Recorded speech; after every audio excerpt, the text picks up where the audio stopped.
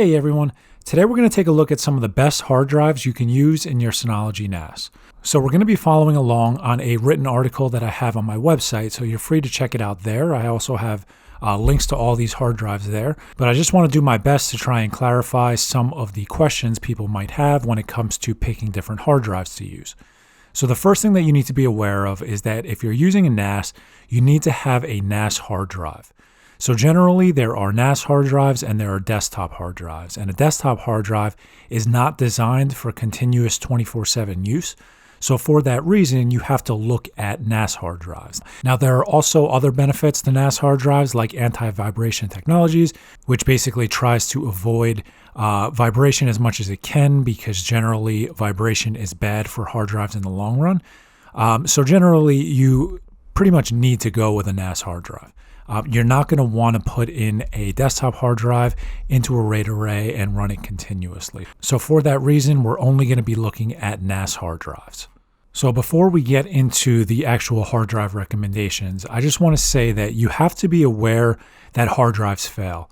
Now, generally, there is a trend that you can kind of follow, and a hard drive will generally fail early on in its lifespan or towards the end of its lifespan, meaning that it's run for 5 or 6 years and it's at the end of its usable lifespan, and that's when they'll generally begin to fail. So you're basically going to have a U-shaped curve. A ton of failures early on and a ton of failures late. That is not to say that you're scot-free in the middle and everything's going to be fine. It's just to say that generally you're going to run into a lot of failures early on and then a little later on in the lifespan. So you have to be aware of that because a hard drive can arrive dead on arrival and you basically have to go through the warranty process or you have to return it to wherever you bought it. And try and get a new one. And that's unfortunately very common. It's something that happens. So just because you get a bad drive, that does not mean that, that brand or that specific drive line has a problem. It just means that that specific drive might have a problem. So a little later in the video, I'll talk about warranties, but, I just want to make that clear. So if you're using this hard drive on a Synology NAS, Synology has partnered in some capacity with Seagate, and their Iron Wolf line of hard drives has an Iron Wolf Health feature built into DSM. So Seagate advertises this as prevention, intervention, and recovery. That's basically the three capabilities that they have, and that's what they say is the benefit to using Iron Wolf Health as opposed to a other hard drive that doesn't have this feature.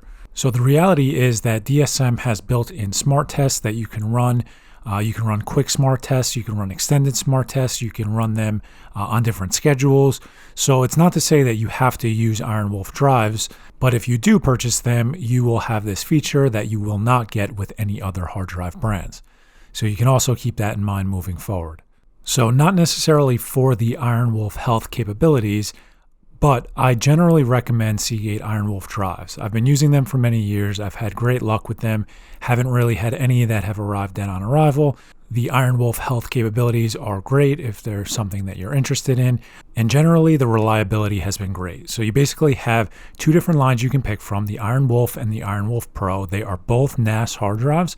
But the difference is the Iron Wolf Pro basically takes everything up an additional level. So their goal, if you want to believe them, is that they have higher reliability and longer lifespan. And they also are supposed to have faster speeds. With that comes a 5-year warranty as opposed to a 3-year warranty. You can also get higher capacity drives, but generally I'm assuming that's not really going to be an impact for most people. So if I had to pick one or the other, the Pro line is definitely superior to the regular line.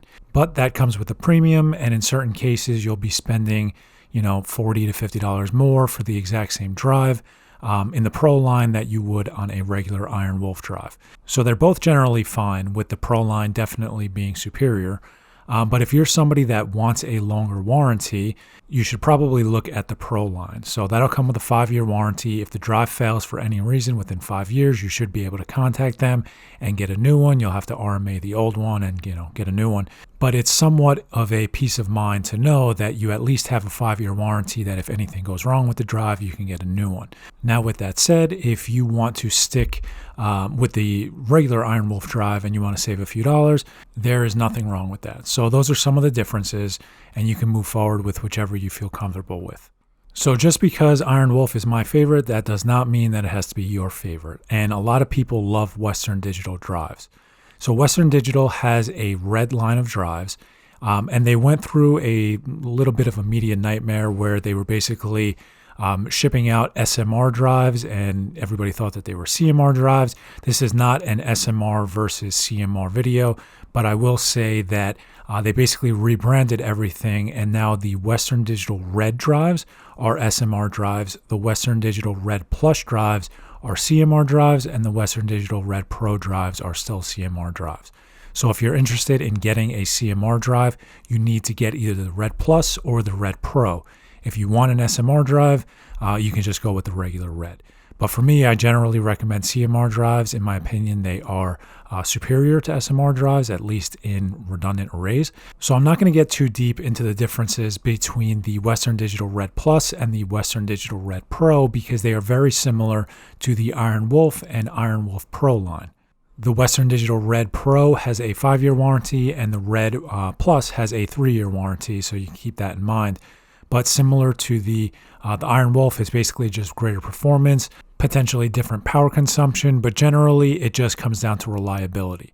So the Pro line is pretty much more of a workhorse, whereas the Red Plus is kind of the regular, NAS drive. So that is a great option as well. So Seagate and Western Digital are probably the two biggest names when it comes to consumer NAS hard drives, but I also want to give a little nod to enterprise drives.